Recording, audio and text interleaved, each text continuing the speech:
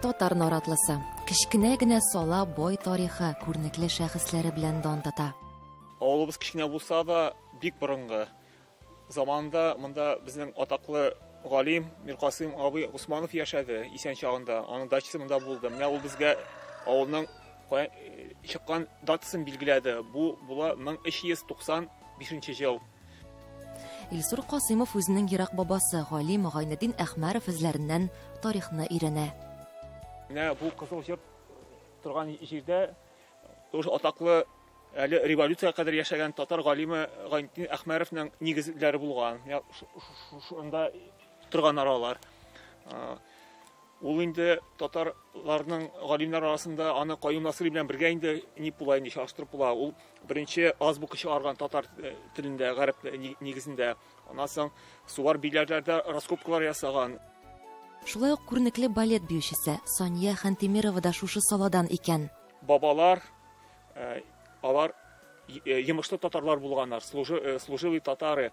Алар, менә мин ниләрне карадым мәгълүматлар интернет буенча, сотня князя Аклычева кергәннәр инде. Элек-электән игенчелек, терлекчелек белән шөгыльләнгәннәр, агач эшләнмәләр ясаучылар булган, сәүдәгәрлектә чәчәк аткан. Авылның бай тарихы аның мәчетендә урын алган. Әйе, мәчеттән чын музей ясаганнар. Авыл турында бөтен мәгълүматны шушыннан табып була.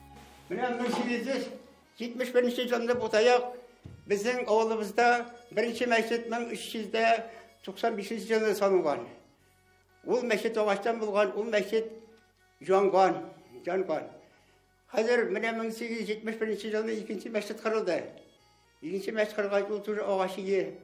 Менә шул вакытта безнең бабайларыбыз шушал таякны ясаганнарны, үзләре ясаганнармы, ясатканнармы белмим.